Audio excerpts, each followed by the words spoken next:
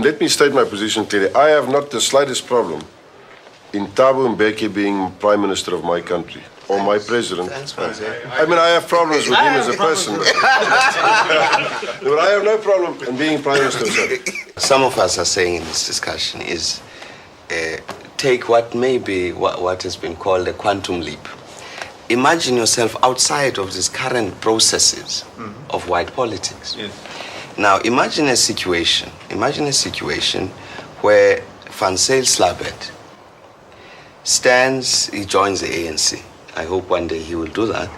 He joins the ANC and he stands as an ANC candidate in Waterkloof in Pretoria.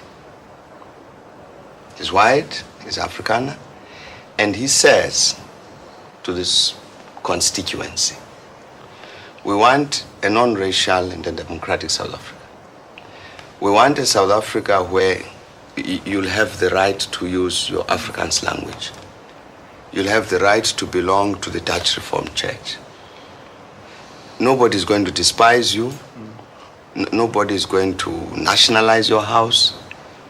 You'll have a situation where there'll be peace, where there will no longer be a need to put a policeman at every street corner, armed. That's the kind of future we want to build up. And here I stand representing this organization which says those things, vote for me. I think he would stand a very, very strong chance of being elected.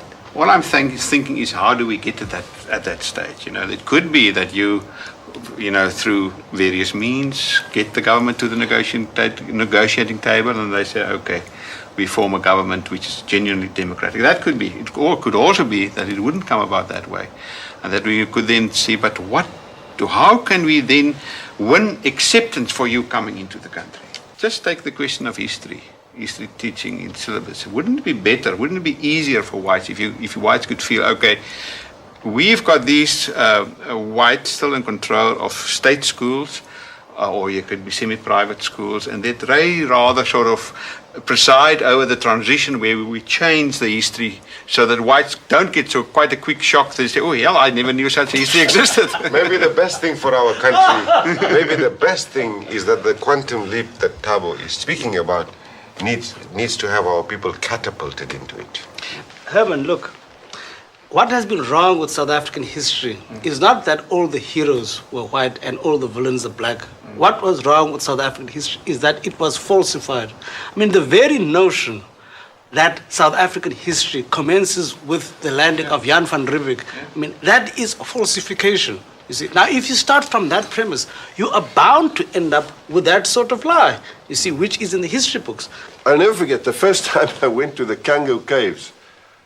They switched off the lights and they put on nice glowing lights and soft music there in Oudtshoorn. Yeah. And there was a voice that boomed through this huge cavern saying, the history of South Africa started with the arrival of the white man in 1600. It's the most ridiculous thing I've ever seen in my life, or heard in my life.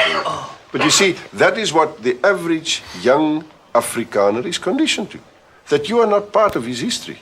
I had to give a history of this country, and the history is history. History has chapters, painful chapters, wonderful chapters. But it is history.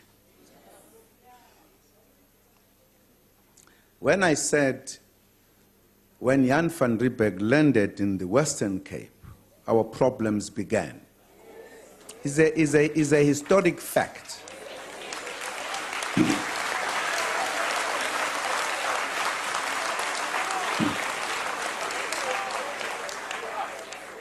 It is written down, it's not me concocting it. There were 8 major wars that were fought in the Eastern Cape. I didn't write that. We are not counting other small wars. 8 major wars. There was an establishment of 4 republics, 2 belonging to the British, 2 belonging to the Afrikaners. When all of this was done, the blacks were not consulted, even the establishment of the republics.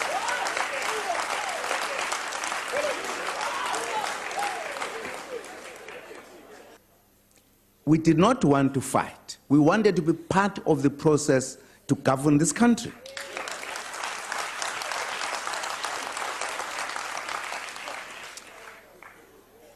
This now are the activities many years after the landing of Jan van Riebeeck, who opened the way for them to be here.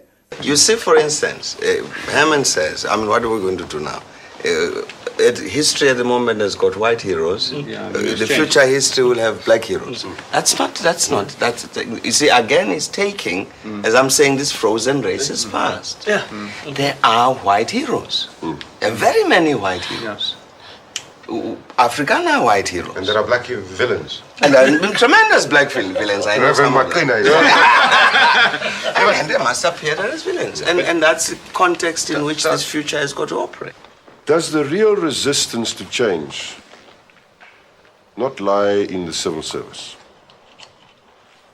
You know, that's where the army, the bureaucrats, who actually depend on the continuation of that state for their subsistence, for their livelihood, for their privilege. And in South Africa, it's a fact that there are about 600,000 whites who are totally dependent on the continuation of the state structure for their survival. And that's where the real resistance lies. How do we cope with that? That to me is the crunch of transition in South Africa. We've just bureaucratized ourselves into a position of impasse. This point is very central to how we move from here to there. Yeah. We've got to battle very, very hard to move as much of white South Africa as possible, to understand that the security, we're talking about Afrikaners, the security of the Afrikaner people lies in a democratic South Africa. The thing that was produced, apartheid, to ensure the security of the Afrikaner people is the thing that's produced this crisis. That's undemocratic. You see, we've got to get this message across. It's not easy. We can't pretend it's easy.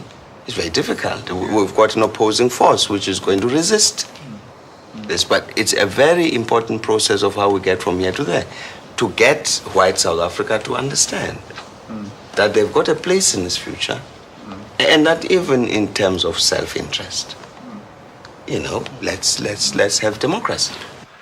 The one thing that should not happen is to consolidate those people, to strengthen them, to assist in the extension of patronage and the extension of co-option. And this is a new area for us. In fact, I think it's an area which somehow is different to the kind of struggles in Russia in 1917 or in China or in France. There are elements that we can take there and learn from. But we have a problem here that... I mean, we can learn something from the Russian Revolution. We can certainly learn something from the Russian Revolution. How to avoid the mistakes they made. Now, that sums it up for this video. Did you like or do you hate what you just watched? Share your thoughts and opinions in the comment section below. I encourage having a proper discussion on matters like this without having me impose my opinions and ideas on this matter. Otherwise, give this video a thumbs up if you liked it. That's the only way YouTube can know this video is so much interesting, and share it out there to more avid viewers just like you. Make sure to subscribe to this channel if you also have not done so, and click the notification bell so as to be notified as soon as I make new uploads on videos just like this. My name is Louis. Until next time, peace out.